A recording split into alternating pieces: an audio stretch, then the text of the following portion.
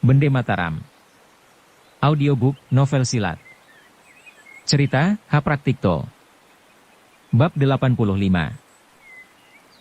Istilah Kalalodra yang menjadi dasar ilmu sakti Kebo Bangah sebenarnya bukanlah istilah yang benar-benar asing bagi pendengaran Titisari.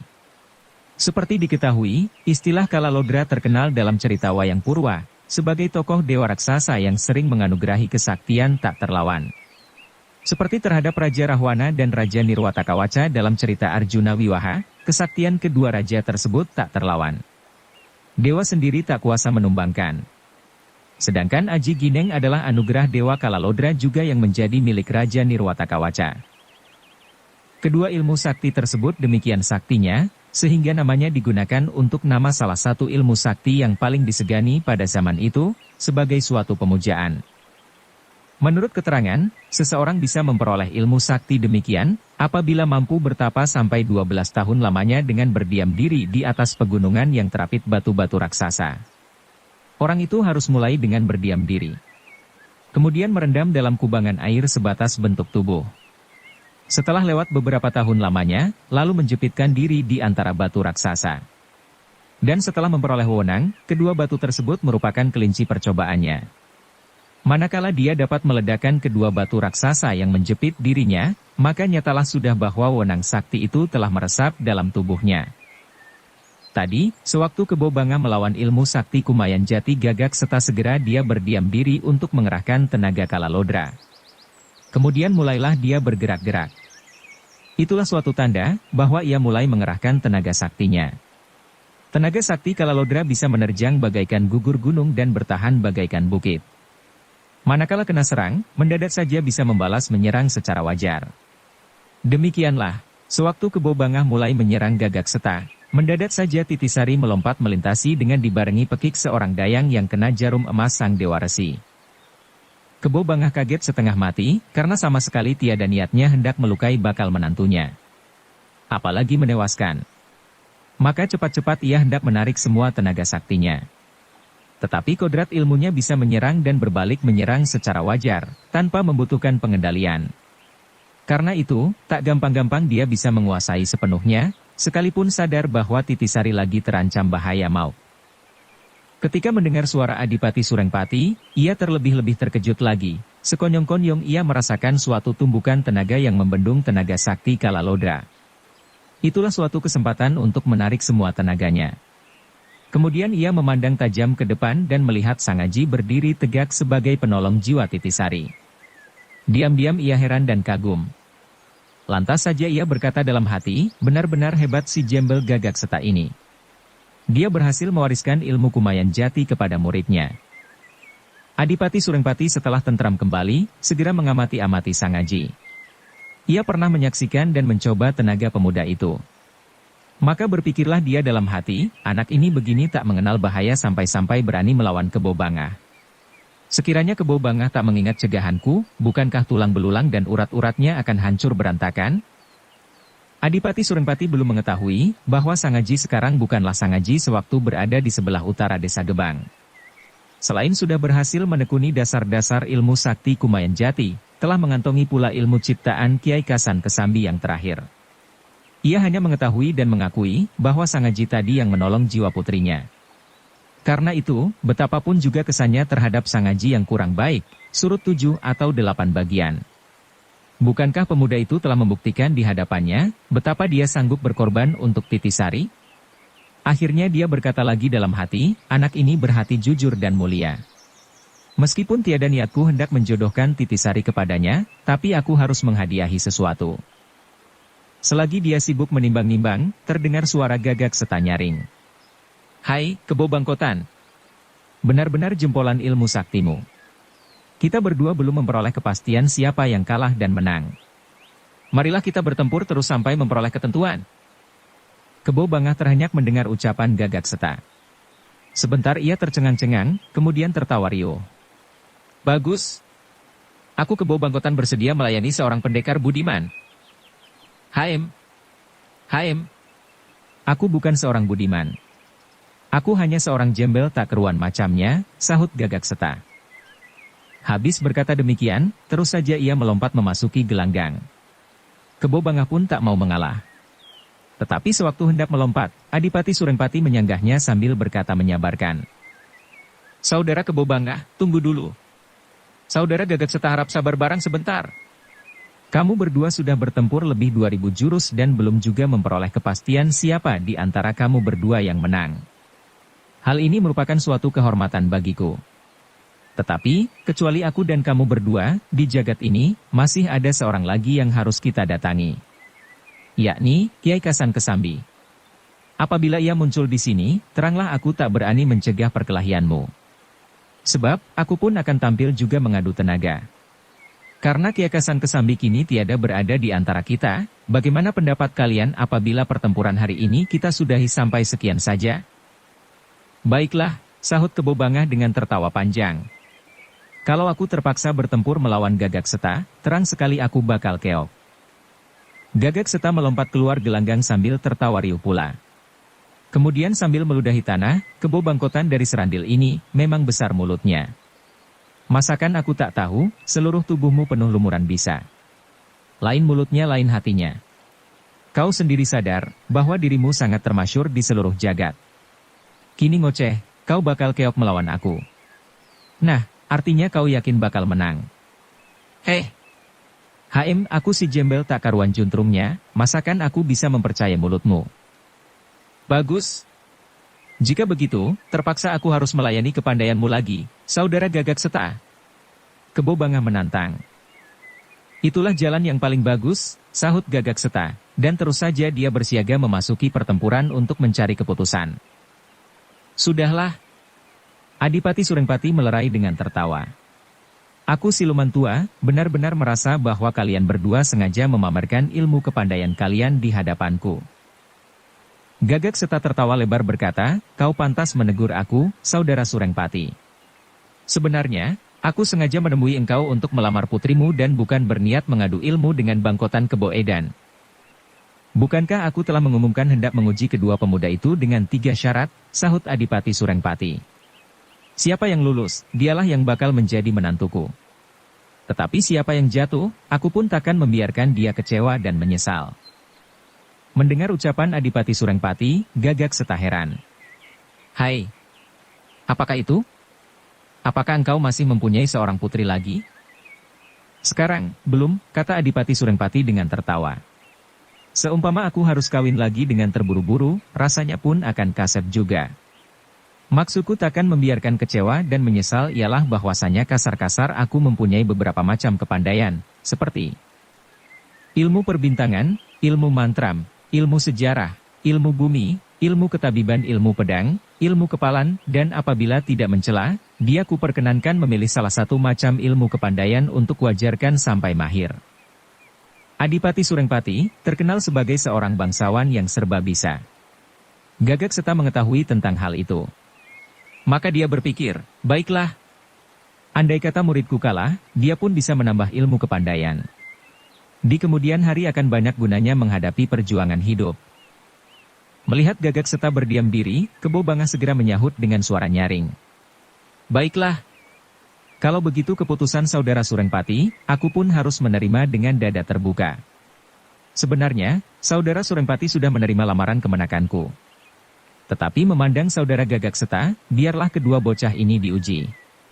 Kurasa hal ini tidak akan menerbitkan suatu pertikaian berlarut-larut di kemudian hari, sehingga tiada memecahkan kerukunan kita. Setelah berkata demikian, ia menoleh kepada Sang Dewa Resi. Sebentar lagi, engkau bakal diuji melawan kepandaian Sang Aji. Seumpama engkau tak dapat memenangkan, itulah suatu tanda bahwa dirimu tiada gunanya hidup di jagat ini. Karena itu, janganlah engkau menyesalkan siapa saja. Malahan engkau pun harus ikut menyatakan syukur kepada sainganmu. Sebaliknya apabila di kemudian hari engkau ternyata menimbulkan suatu perkara yang bukan-bukan. Bukan saja kedua pamanmu bakal menghadapimu, tetapi aku pun tak gampang-gampang mengampuni dirimu. Gagak Seta tertawa tergelak-gelak. Menyahut, kerbau buduk. Kau pandai juga berdoa tak keruan macamnya. Agaknya engkau sudah merasa pasti bahwa kemenakanmu bakal menang. Sampai-sampai di depan kita kau sudah mengumumkan sanksi hukumannya. Bukankah maksudmu hendak mendesak kita berdua? Agar membatalkan saja niat saudara Surengpati akan menguji kemenakanmu, karena kau yakin muridku bakal keok, sehingga tiada gunanya untuk diadu segala. Kebo Bangah tertawa terkekeh-kekeh. Bagus, jika engkau telah mengetahui maksudku. Nah, saudara Surengpati, hayo sebutkan 3 syarat ujianmu untuk memilih calon menantumu. Menentukan pilihan. Di dalam hati Adipati Surengpati sudah memperoleh keputusan hendak menyerahkan gadisnya kepada sang Dewa Resi yang tampan dan mempunyai kedudukan. Karena itu, 3 syarat yang akan dikemukakan harus bisa dimenangkan calon menantu pilihannya. Tetapi selagi ia memeras otak hendak memilih 3 syarat ujiannya, mendadak Gagak Seta berkata nyaring, "Saudara Surengpati, kau hendak menentukan pilihan calon menantumu dengan 3 syarat, itulah baik. Tapi dengarlah. Kita ini adalah golongan tukang pukul, kepalan dan adu tendangan. Karena itu, 3 syarat yang hendak kau kemukakan harus mengenai ilmu tenaga. Seumpama engkau lantas mengajukan ilmu menggambar, ilmu sastra, ilmu sejarah, ilmu ketabiban, ilmu bumi, ilmu irama lagu atau ilmu alam terlebih-lebih mengenai ilmu mantra dan racun maka aku dan muridku dengan ini menyatakan kalah dan mengaku keok. Karena itu daripada menanggung malu lebih baik kami berdua meninggalkan panggung ujianmu." Saudara Gagak Seta, "Janganlah terburu-buru mengaku kalah," sahut Adipati Surengpati cepat. "Kutanggung bahwa 3 syarat yang hendak kukemukakan pasti ada hubungannya dengan ilmu jasmaniah. Yang pertama-tama mengenai adu tenaga ilmu kepandaian. Itulah tak dapat, potong Kebo Bangah menggugat. Kemenakanku sedang terluka. Bagaimana bisa mengadu tenaga jasmani? Hal itu sudah tentu ku ketahui, kata Adipati Surengpati dengan tertawa. Aku pun takkan membiarkan kedua calon menantuku akan mengadu kepalan dan tendangan di hadapanku. Bukankah di kemudian hari akan merusak tali kerukunan kita? Lantas apakah maksudmu hendak mengujinya dengan mengadu tenaga jasmani? Kebo Bangah heran. Kujamin lagi, bahwa mereka berdua takkan kuadu berkelahi. Bagus. Bagus. Kebo Bangah girang kemudian menebak-nebak. Apakah maksudmu, engkau sendiri hendak menguji tenaga jasmani calon menantumu? Itu pun bukan, sahut Adipati Surengpati penuh teka-teki. Dengan cara demikian, susahlah untuk dipertanggungjawabkan. Bukankah di waktu aku menggerakkan tenaga bisa mengatur daya berat dan daya ringan menurut kemauanku sendiri? Saudara Kebo Bangah dan saudara Gagak Seta, tadi telah kusaksikan dengan mata kepalaku sendiri, betapa tinggi ilmu kepandaian kalian sampai berkelahi 2000 jurus masih belum juga memperoleh keputusan siapakah di antara kalian berdua yang lebih unggul. Karena itu, kini baiklah kalian menguji tenaga jasmaniah Sang Dewa Resi dan Sang Aji. Agar aku memperoleh seorang menantu yang tangguh. Mendengar ujar Adipati Surengpati, Gagak Seta tertawa. Terus berkata, cara begitu, tiada buruknya. Mari kita jodohkan. Sehabis berkata demikian, lantas saja dia menghampiri Sang Dewa Resi. Tunggu dulu. Adipati Surengpati buru-buru menyanggah. Terpaksa bertempur melawan Gagak Seta, terang sekali aku bakal keok. Kalian berdua harus tunduk pada suatu aturan tertentu. Pertama-tama, Sang Dewa Resi sedang luka, pastilah dia tak bisa menghimpun tenaga untuk melawan pukulan saudara Gagak Seta. Begitu juga, Sang Aji masih anak kemarin sore. Jika saudara Kebo Bangah terlalu menggunakan tenaga, masakan dia masih bisa mempertahankan nyawanya. Karena itu yang diuji bukanlah tenaga jasmaninya, tapi ilmu kepandaian tenaga jasmani. Kedua, cara menguji kalian tidak boleh menginjak bumi. Kalian berempat harus memanjat pohon itu. Saudara Gagak Seta dan Sang Dewa Resi di atas pohon sebelah utara. Dan saudara Kebo Bangah dan Sang Aji di atas pohon sebelah timur. Siapa di antara kedua calon menantuku jatuh terlebih dahulu, dialah yang kalah. Dan yang ketiga, siapa yang melukai anak yang harus diuji, dialah yang kalah. Gagak Seta heran mendengar bunyi peraturannya. Jadi apabila aku melukai kemenakan Kebo Bangkotan, maka aku dianggap kalah. Ya, itulah maksudku, jawab Adipati Surengpati. Kamu berdua berilmu sangat tinggi, apabila tiada diatur semacam ini. Sekali turun tangan apakah nyawa kedua anak muda bisa dipertahankan? Saudara Gagak Seta, apabila engkau membuat lecet saja kulitnya Dewa Resi, kau kuanggap kalah. Demikian dengan saudara Kebo Bangah. Gagak Seta menggaruk-garuk kepalanya. Tetapi ia tertawa juga. Akhirnya berkata seperti kepada dirinya sendiri. Adipati Surengpati benar-benar seorang siluman bangkotan. Semua keputusannya sangat aneh bin ajaib. Benar-benar cocok dengan sebutannya. Cobalah pikir, hai kebo bandotan. Masakan melukai lawan sedikit saja, dianggap kalah? Aturan begini adalah aturan yang paling aneh semenjak zaman purbakala. Tetapi baiklah, mari kita tetapi peraturannya. Dalam pada itu Adipati Surengpati telah mengibaskan tangan. Keempat orang itu segera memanjat dua pohon gundul yang berada di atas bukit. Gagak Seta dan Sang Dewa Resi di sebelah utara dan Kebo Bangah dan Sang Aji di sebelah timur. Seperti diketahui, kedua pohon itu gundul tiada daunnya selembar pun. Karena itu, keempat orang itu dapat diamat-amati setiap gerak-geriknya dengan jelas. Tatkala mereka berempat sudah berada di atas pohon, Adipati Surengpati berpikir sejenak, ia tahu, Sang Dewa Resi lebih pandai daripada Sang Aji. Meskipun terluka, tapi otaknya cerdas. Pastilah dia mau mengadu tenaga. Sebaliknya, hanya mengadu keringanan tubuhnya dengan meloncat-loncat menghindari. Dengan demikian bisa mengulur waktu. Kemudian berseru panjang, hai dengarkan. Asal aku menghitung 1, 2, 3 mulailah bertempur. Dewa Resi dan Sang Aji apabila kamu jatuh terlebih dahulu, aku akan menganggapmu kalah. Mendengar ucapan Adipati Surengpati, Titisari berpikir keras untuk membantu Sang Aji dengan diam-diam. Tetapi melihat Kebo Bangah seorang pendekar berilmu sangat tinggi, ia jadi bingung. Betapapun juga, tak dapat ia menghalang-halangi keperkasaan pendekar sakti itu. Tak lama kemudian terdengarlah suara Adipati Surengpati, dengar. Aku menghitung. 1, 2, 3. Maka bergeraklah keempat orang itu di atas pohon gundul. Mereka bergerak sangat cepat dan lincah bagai bayangan di atas permukaan air. Titisari menahan napas, mengkhawatirkan Sang Aji. Pandangnya hampir tak berkedip. Dilihatnya, Sang Aji dapat bergerak dengan gesit dan tangkas bahkan bisa melampaui belasan jurus. Diam-diam ia heran dan tak terkecuali Adipati Surengpati yang mengira kepandaian Sang Aji biasa saja. Aneh. Mengapa ia belum bisa dijatuhkan? Adipati Surengpati sibuk menduga-duga. Kebo Bangah sendiri heran berbaring gelisah menghadapi perlawanan Sang Aji mau tak mau terpaksalah dia menggunakan tenaganya. Namun ia tak dapat mengumbar kehendaknya sendiri, karena takut melukai. Karena itu ia berpikir keras mencari akal untuk menjatuhkan. Dengan tiba-tiba saja ia menyapu Sang Aji dengan kedua kakinya bergantian. Apabila gagal, ia mengulangi lagi dan mengulangi sambil mengibaskan tangan pula.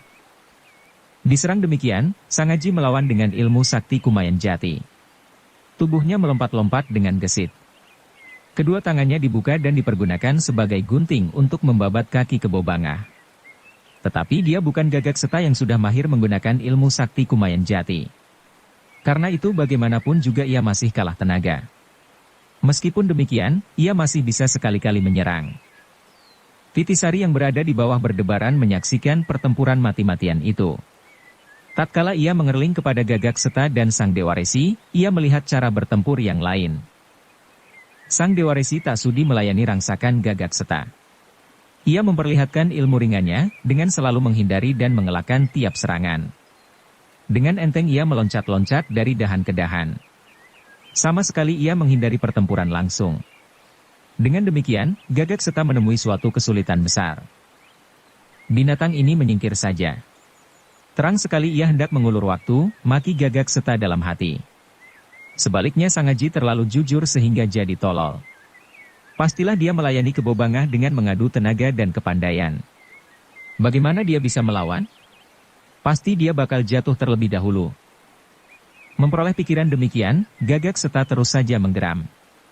Dengan memperdengarkan suara, HM, mendadak saja tubuhnya melesat tinggi. Kemudian dengan mengembangkan kedua tangannya ia menubruk dari udara. Ke-10 jarinya dicengkeramkan bagai harimau menerkam. Sang Dewa Resi terkejut. Segera ia menjejak dan dengan kaki kirinya ia melesat ke kanan. Tetapi Gagak Seta bukanlah anak kemarin sore. Tahulah dia menebak gerak lawannya. Begitu Sang Dewa Resi melesat ke kanan, mendadak saja dia telah mendahului mencegat ke kanan. Dengan menggeram ia menggertak pula. Hai, biarlah aku kalah.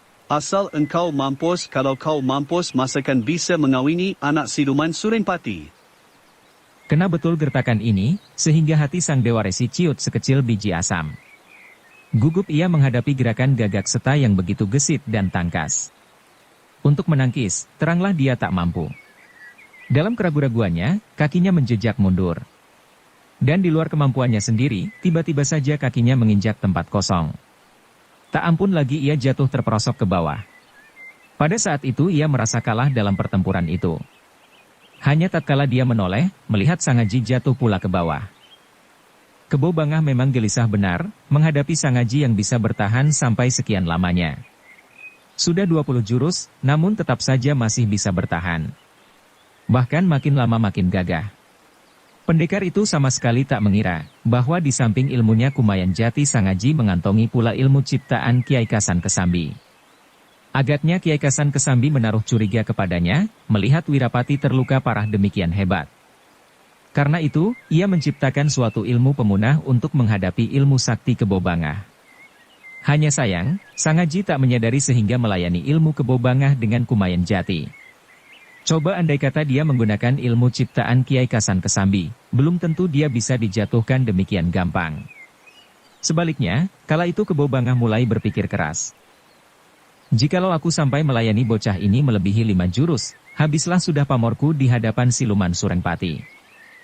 Dengan membekal pertimbangan ini, terus saja ia memperhebat rangsakannya. Bagaikan kilat, tangannya menyambar ke tengkuk Sangaji. Kemudian menggertak. Berdebah! Turun!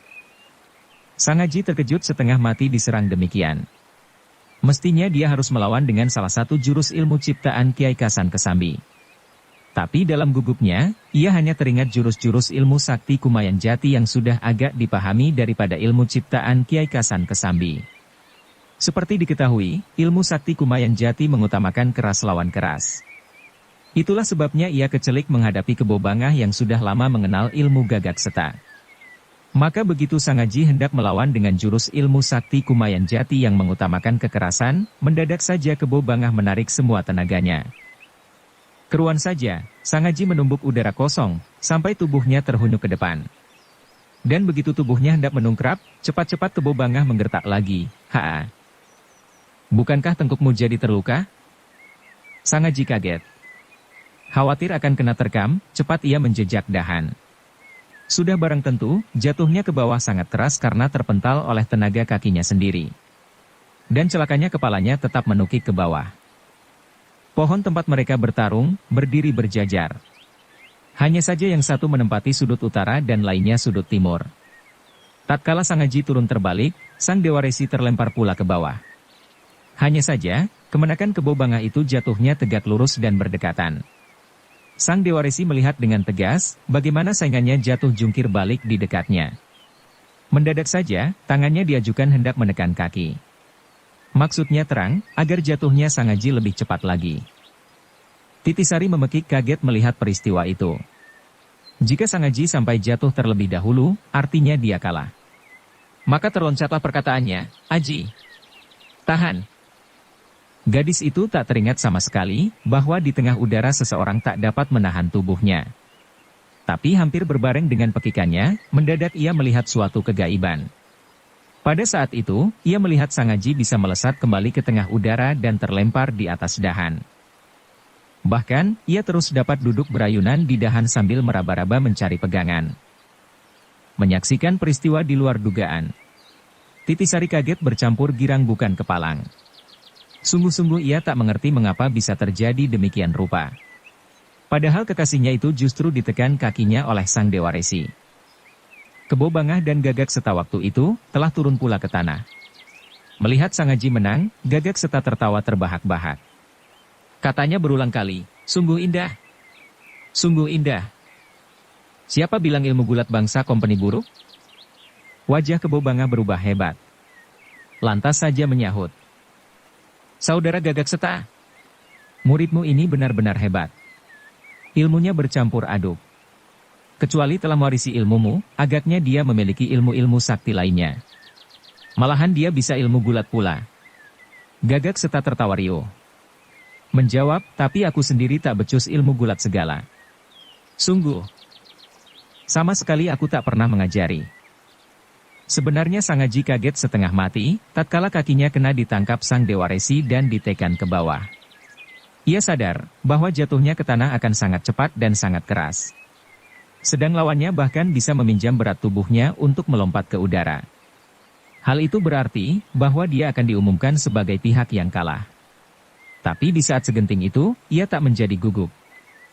Seperti diketahui, dia pernah berkelahi melawan anak-anak Mayor de Grote kala di Jakarta. Satu-satunya perlawanan yang dimiliki kala itu ialah menyeruduk dan menggantol kaki lawan. Begitu jugalah kali ini. Dalam saat-saat terjepit, mendadak saja ia lupa kepada semua ilmu silatnya. Yang dipunyainya pada waktu itu ialah naluri mempertahankan diri sebisanya. Maka begitu kakinya kena tangkap, mendadak saja terus menggantol seperti mengkait suatu dahan. Kemudian dengan meminjam lengan sang Dewa Resi yang perkasa, terus saja melompat berputar ke udara. Begitu tubuhnya berhasil berbalik ke atas, kakinya dikembangkan dengan serentak. Kesudahannya dia terlempar ke atas dan hinggap di suatu dahan dengan secara kebetulan. Dengan demikian, ia memperoleh kemenangan. Kali ini Sangaji yang menang, kata Adipati Surengpati memberi keputusan. Kemudian kepada sang Dewa Resi. Tapi kau tak perlu bersusah hati. Juga saudara Kebo Bangah jangan lantas panas hati. Siapa tahu dalam pertandingan yang kedua dan ketiga, kemenanganmu akan menang. Baiklah. Kebo Bangah menyahut sambil menghela napas. Sebutkan pertandingan yang kedua. Pertandingan yang kedua ini tidak lagi menggunakan tenaga jasmani. Kali ini mengenai ilmu pengetahuan. Aku ingin tahu, siapa di antara mereka berdua yang lebih tinggi ilmu pengetahuannya. Mendengar ujar Adipati Surengpati, Titisari lantas saja mencibirkan bibir sambil menggugat. Ayah, engkau terang-terangan berat sebelah. Jelaslah sudah, bahwa Sangaji akan kalah. Aji, lebih baik kau tak usah bertanding. Diam, bentak Adipati Surengpati. Dalam ilmu tata raga dan tata jasmania, apakah seseorang akan terus-menerus menggunakan tenaga untuk mengalahkan lawan? Seseorang yang sudah mencapai puncak kemahiran, tidak lagi menggunakan kekerasan. Dia akan mengadu ilmu kepandaian yang lain. Nah, kali ini aku hendak menguji kedua pelamar dengan sebuah lagu. Girang hati sang Dewa Resi mendengar macam ujian yang hendak dikemukakan Adipati Surengpati. Lantas saja ia berkata dalam hati, bagus. Si tolol itu, masakan tahu tentang tembang. Kali ini, pastilah aku yang bakal menang. Tetapi Kebo Bangah terdengar berkata nyaring. Saudara Surengpati, apakah engkau hanya menguji tentang syair, guru lagu atau guru wilahan? Masakan begitu, sahut Adipati Surengpati cepat. Aku berkata lagu, dan bukan syair lagu. Meskipun demikian, untuk menolong tataran pengetahuan anak-anak muda, sengaja aku akan memperdengarkan bait-baitnya. Dengan mengenal sajak baitnya, anak-anak muda akan dapat menebak lagu apakah itu. Kebo Bangah tertawa terkekeh-kekeh. Saudara Surengpati, tiupan lagumu dari tanduk pusakamu itu sangat berbahaya bagi anak-anak muda. Kukhawatirkan mereka takkan dapat mempertahankan diri. Tetapi Adipati Surengpati seperti tak mengindahkan lagi. Ia menghadap kepada sang Dewa Resi dan Sangaji, kemudian berkata memutuskan. Dengar. Ujianku kali ini ialah mengenai ilmu irama lagu. Aku tak peduli apakah kalian mengenal nama lagu atau tidak.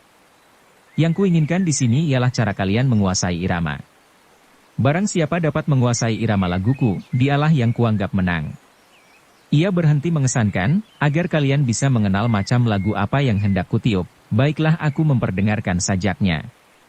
Sekarang ambillah sebatang ranting pohon. Timpali irama laguku pada pohon itu.